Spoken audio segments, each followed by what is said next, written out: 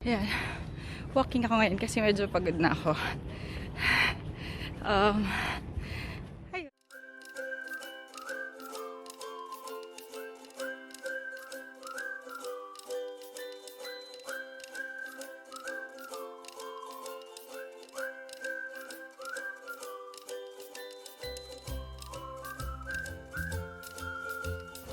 Hello!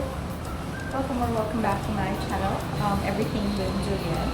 Please bear with me because I'm about to prepare for a run. Or I'm prepping to go for a run. Anyway, so, dito na lang para mas malapit. So, my next two episodes will really be all about fitness. It's almost 2021, so uso na naman yung new year, new me. And hopefully the next two episodes will help you really decide and commit to really start living a healthier lifestyle. Meron na akong special guest, and he's going to talk about how he started into fitness, what prompted him to really start living a healthier lifestyle. So actually ako rin, kwento ko rin sa inyo yung a little bit of my journey, how I started from, kasi lampa ako as in, sobrang mabilis lang ako magpasa, ganyan. Tapos takot akong masugatan, takot akong madumihan and all. So from there, tapos parang, ano pa ako noon, 155 pounds ata ako when, before ko sineryoso yung fitness.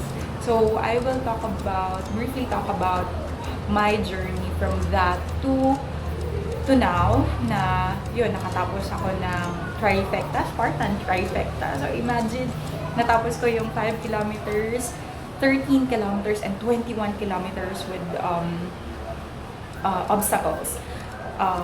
Tapos nakailang races na rin ako, I mean fun runs as you could call it. And how I am trying to maintain it even up to now na pandemic. So walang gym, hindi ako nakakapunta sa gym or hindi ako nakakatakbo dun sa usual na takbuhan ko since hindi naman na lockdown, but still here, at least here in Ilocos, medyo strict pa kami. So how I'm able to maintain that and why you should also start and really commit to it. So yun. So, samahan niyo ako. Wait lang, tatakbo lang muna ako. Tapos babalik ako. Let's see it. Ayan. So, I'm here sa may parang diversion road. So, wala masyadong tao dito. Look.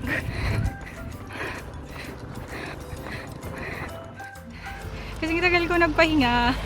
But then, I realized na hinahanap na ng katawan ko yung sakit. Ayun.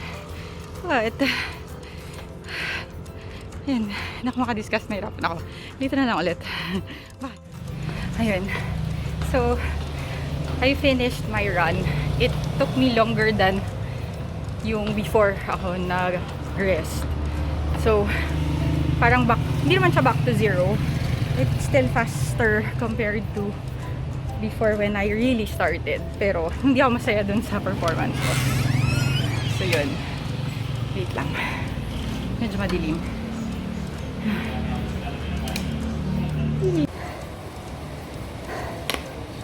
Yun. So, while cooling down and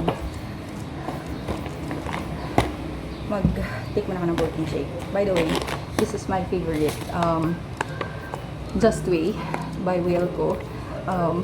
Hindi to sponsored, no? Pero sobrang favorite ko to. Ano to? Parang double berry yung flavor. Tapos yung isa, ano yung isang flavor na favorite ko din? Parang brown boba. Grabe, mag-order kayo. 600 pesos. Yung isang ganito. May kasama siyang scoop. Tapos masarap. As in, masarap siya. Tapos, yun. Yung protein shake ko is with this one. Chia seeds and flax seeds. So, yun. So, habang tinitimpla ko and cooling down, kwentuhan ko kayo. So, how I started with my fitness journey. Actually, before, kahit even as early as 2000, 15 ata yun, nagjo-join ako ng mga, yung mga classes, ganyan. Pero hindi ko talaga siya siniseryoso. Ano yun, ang take ko pa doon was, kaya nga ako, kasi nag-workout ako, pero hindi ako pumapayat. Kasi yung binaburn ko, kinakain ko rin, or more pa. Ganyan. Kasi ang sinasabi ko nun, kaya nga ako nag-exercise, or ang motto ko nun, kaya nga ako nag-exercise kasi, para makain ko lahat ng gusto ko. Which is actually wrong. Na-realize ko siya towards the latter part na. Pero not necessarily entirely wrong siya. Because na-realize ko in the process na, kasi I've tried different diets din. Tapos, walang nag-work. Short term lang yung effect niya, kagaya ng keto, nag-no rice diet ako, ganyan, as in, or minsan yung talagang starving, as in, I'm starving myself talaga. Which, later on, na-realize ko na mali talaga siya. Pero, yun, anyway. So, yun. Pero, what really triggered my, not really triggered, but what prompted me to restart, kasi naging outlet ko siya. Meron akong pinagdaanan na ang nangyari sa akin was yung running helped me cope up with that event in my life. Dumating ako dun sa point na na around Rockwell area umiiyak ako habang tumatakbo. As in ganun, talagang totoo pala yung mga ganung eksena. Tapos yun,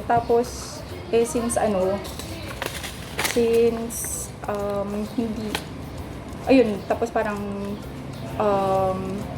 ginawa ko, nag-try ako ng mga bagay na hindi ko pa nasusubukan ever, or takot akong subukan. Tapos I've been curious about Spartan.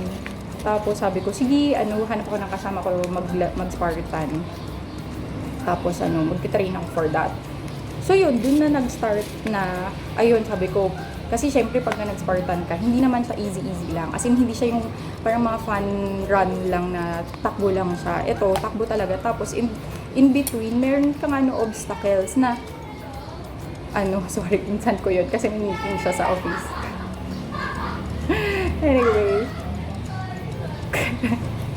Anyway, so yun. So yun, dun nag-start yun. Sabi na, susubukan ko lang yung Spartan. As in, one race lang, yung 5 kilometers lang. Kasi nga, natatakot ako. After the 5 kilometer race, which is, ang tawag nila is, ang tawag is sprint. Nagkalat pa ako, diba? Sabi ko, parang bitin, ganyan. Parang gusto ko pa ulit. Tapos sabi ko, sige, kaya? Challenge ko ulit yung sarili ko. Ginawa ko naman, sabi ko, tapusin ko yung trifecta. Trifecta is finishing 3 races in 1 whole year. Yung regular na trifecta is 5 kilometers, before 13 kilometers, pero ngayon ginawa na nilang 10 kilometers, and then the next one is 21 kilometers. Yung Beast, which is the 21 kilometers, pwede yun palitan ng Ultra, which is 50 kilometers na. Hindi ko pa nagagawa yun. Dapat this year sana plano ko, kaso yun, that's how it really started. Tapos, syempre, hindi, tapos yun, tapos na hanggang sa nasabayan na siya ng nag-try ako ng iba-ibang diets, ganyan. Pero, since ang hilig ko nga din kumain, parang laging nag-fail ako, kasi kagaya nag-start akong mag-keto, pero sa keto bawal ang sweets. Favorite ko ang sweets. So, dun pa lang, failed na ako agad. Tapos, yung rice, yung no rice diet, syempre, mayroong mga ulam na, lalo na pag Pinoy tayo, di ba? Ang may mga ulam talaga na para kulang pag walang kanin. So, yun. Sobrang dami, as in, sobrang dami ng diet. Hanggang sa, ayun, meron pa lang calorie deficit na tinatawag. So, yun. So, yun. Tapos, so yun, that's how I really started. Kasi, sinallenge ko yung sarili ko. Now, bakit ko naman mini-maintain? Kasi yung family ko, maraming sakit. As in, yung kapatid ko nga na 24, 25 years old, may rayuma na. So, yung mga ganun, meron kaming history ng diabetic, may cancer, may high blood, ganyan. So, ako talaga, it's really more of taking care of myself. I mean, sa totoo, syempre nandun yung factor na gusto ko talagang gumanda yung katawan ko kasi ang taba ko dati. Ayan yung itsura ko dati. As in, minsan nga, pag na-realize ko, bakit, bakit ko pinaabot yung sarili ko sa ganun. I mean, I am okay with body positivity. I don't really have anything against that. But when we say, ako kasi naniniwala ako na when we say love your body, it's not just that love your body per se na mahalin mo, tanggapin mo na yan. No, loving your body means taking care of your body. And taking care of your body means eating what you want, but in right moderation, and at the same time, exercise, workout. That's loving your body needs. So yun. Anyway, yun, that's my story. Why I'm sharing this to you guys is because New Year na, tamang-tama, na siya, panahon na naman ng New Year, New Me, or yung mga, uso na naman yung mga New Year's resolution. But I think, this is really a perfect time for you guys to start kasi pandemic, maraming nagkakasakit, and really, health is wealth, guys. Trust me. Lalo na, ang mahal-mahal magkasakit. Marami rin nagmamahal sa inyo. Kawawa yung mga taong mag-aalaga sa inyo pag nagkasakit kayo. So, yun. I want to inspire people to really start and at the same time, really find that discipline to be consistent. So, yun. So, dahil dyan, I know that my words are really not enough. So, nag-invite ako ng friend ko. He's actually very popular sa running community. He started the ICanYouCan, so check out his page. It's on the description. It's ICanYouCan on Facebook. So here you go. Let's all welcome George Uy. Good morning, everyone. My name is George. Julian and I have known each other for roughly 14 years now. We've known each other since 2006. We started off in one company, 07. Oh yeah, so roughly 13, 14 years. For me, I am 40-something years old. I am medyo matanda na ako. Which is one of the reasons also why I started my fitness journey, because we're not getting any younger, and it took me a family tragedy for me to realize that we're not getting any younger. I started this whole thing back in 2016 when my father passed away, or shortly after my father passed away. But before all that, so I pretty much have been working for 20 years now, 2 decades. My lifestyle from before, just so everyone will know where I came from, or where I started off from, I was the type of employee where every day, or almost every payday, I would be drinking, I would be eating. Like, there were these locations around the company na pwede kang uminom, pwede kang tumambay, pwede kang magyosi, pwede kang kumain after shift.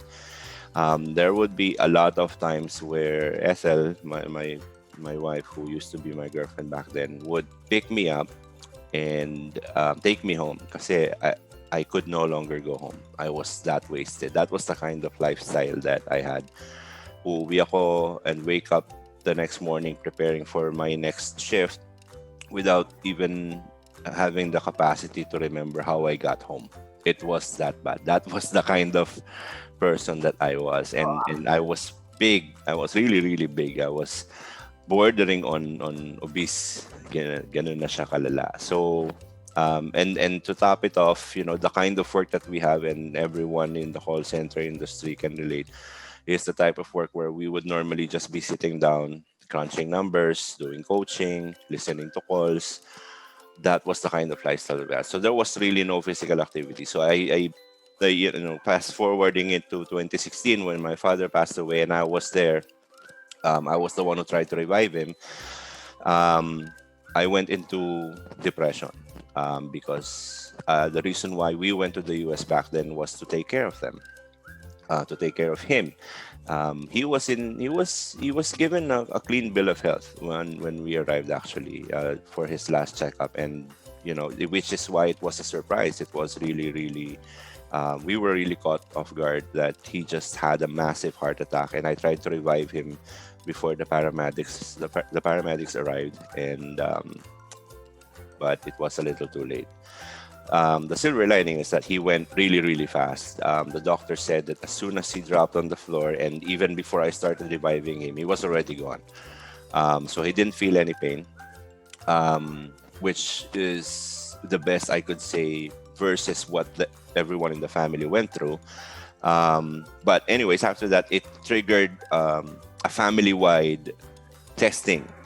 So because of that, that's when I found out that I was less than 1% away from crossing over and having diabetes. So imagine that, less than 1%. And Pre-diabetes. I was pre-diabetic na because of my blood sugar. And that pretty much explained why yung 2 floors lang ng bahay namin sa US, pag akit ko sa second floor, hingal na ako. Yung parang namumuti na kagad yung paningin ko, tas pagod na pagod ako, and that was just 2 floors. So, because of my blood sugar, I tired easily. I became instantly fatigued. So, after ko nakuha yung results nung morning, the next day after we got tested, that same afternoon, I put on my shoes, my running shoes, which I have not been using. And then after I tried to do a jog around our area sa US, and we called it the lakeside kasi it was around the lake. After maybe 5-10 seconds of just jogging, light jogging pa, hindi pa to yung like heavy jogging, 5-10 seconds, I was already on the grass trying to catch my breath. Tuyo na kagad yung lalamunan ko. And that's when I realized how out of shape I was. And which was unusual for me because back in college, I was pretty athletic. I was into a lot of extracurricular activities when I was in college. So it was a moment of realization for me. And since then, every day 5 kilometers, because the route that I was able to come up with dun sa lakeside namin was exactly 3.2 miles or 5 kilometers. It started off with 58 minutes, 58 minutes to complete 5 kilometers. So I was that out of shape. And then every day napansin ko as I went through the same route every day, kahit masakit na, the number of seconds and minutes started to drop na. 58 minutes became 55, became 50, until my best record at the time when I was in Las Vegas was 32 for 5 kilometers. So it was pretty impressive coming from the 58-minute mark. And ayun na, that's when I think that was around week 4 or week 5 na nung bumalik sa Ethel, and that's when I really got the validation that there was a huge improvement kasi nakita ko yung reaction niya when I picked her up at the airport. Tapos ayun na, nakita ko I was starting to slim down. And mind you, I was coming from 270 pounds when I started everything. Dahil laging may alak, laging may kanin, laging may soda. This was before I started this. I remember laging iced tea. Laging may iced tea. So imagine that. Lagi kami may pitchel ng iced tea. Halos hindi ako uminom ng tubig. It was either soda and iced tea. Hindi kami nagtutubig. Bihirang-bihira. Puro sugar. So I was really bad. I had low self-maintenance. So yun na. When I saw the improvement, I started feeling lighter. And the daily walks, the daily runs or jogs around the area nung nasa US ako became my me time with my dad. Ayun. So I had the ability or the time to speak to him, and dun ko sinasabi sa kanya na ayan, kasalanan mo yun kasi iniwan mo kami kagad, so now you have no choice but to listen to me ramble about life. So yun. So yung depression ko now became an outlet for me dahil aside from the fact that I was sweating my fats out, nailalabas ko rin yung grievances. Yeah. That's how everything started. And then we came back home 2017, and I wanted to continue my fitness journey, or at least my running journey. Doon na ako na-involve sa running activities here in the Philippines. So Run With Me 2017 was my very first fun run. It was 10 kilometers. And then, nung palapit na ako sa finish line, nung 10th kilometer, I was like, ay, tapos na. Parang ang bilis naman. Doon ko na-realize na, I can do more. I could have gone further. I could have gone for the 21 kilometer category. So, immediately, the month after was Run Rio Leg 3. Nag-message pa ako sa Facebook page nila. Run Rio agad. Oo, sabi ko, wait, leg 3 na po to. Okay lang po bang takbuhan to kahit hindi na takbuhan yung leg 1 and leg 2? Sabi nila, okay lang, wala namang issue. Kasi I didn't know. I was a newbie back then. So, I registered and signed up for the 21 kilometer category, which took me 3 hours 38 minutes at that time. Galing. Matagal yun. Magaling. Matagal yun for a 21 kilometer. We did mostly Pero, walking. But still, coming from, di ba? From, Yes. From 5 hindi kilometers. halos hirap na hirap. Hindi. Tsaka, dun pa lang sa when you started hirap na hirap umakyat sa second floor, that's Correct. really an achievement. Correct. And that was in a span of a year kasi I started my journey July of 2016. Run Rio Leg 3, 21 kilometers was October 2017. So, Wow. a year and some change after, I already was able to do my first 21 kilometers. And then after that, month after month, I wanted to make sure that there was this one activity that I would join so that for the entire month, I would be training myself so that I can prepare for that event that I signed up for. So Run Rio Leg 3, then came Brown Race Marathon, and then January was the Bull Run sa may BGC. And then, sunod-sunod na yon yung 7-Eleven, Run Rio Leg 1, and so until I had my first full marathon for the Milo run. Ayan, yung Milo. I forgot what the name or the title of the run was, but ito yung annual Milo Manila Marathon, which had a cutoff of 6 hours. And I finished it. You were there. Thank you for being there. You were there to video the event. And on the video, Finish line. yeah, dun sa may video that you sent me, I crossed the finish line at 5 hours, 59 minutes, and 56 seconds. So, Oh my gosh, talaga ba? Hindi ko Yep. na ma-remember na ganun kalapit. it was cut off. Yeah, it was 4 seconds before the cut off. Although they did extend it for like 5 minutes for the incoming runners. Pero the fact that I crossed it, my first full marathon within cutoff, it was a very, very proud moment. So, Grabe, anong year yun? 2018? 18. Grabe, no? Even up to now, takot pa rin akong mag-full marathon. Yeah, it's a totally different experience. I mean, 21K, you'll as you do more 21Ks, you'll eventually get used to it. Your body will get used to it, and then you'll find that you want to be able to do more. Ganyan. So yung 21 ko naging 32 because I wanted to sign up for the 32 to prepare myself for the full marathon. Ayun na, you'll eventually get used to it until you realize pagdating mo ng 42, after you've crossed the 32nd kilometer, yung first 10 kasi, happy ka pa, excited ka pa, di ba? No? There's the rush na, yes, I'm in a marathon. Very excited. Saka madaling araw, malamig-lamig pa. Di ba? Sarap, ang dami mo kasama. Pagdating mo ng 21st kilometer, yan na yung, okay, kalahati na lang, I can do this, ganyan. You're feeling good na yung time mo ng 21 kilometers is around 2.5 hours, which is very good time for 21K.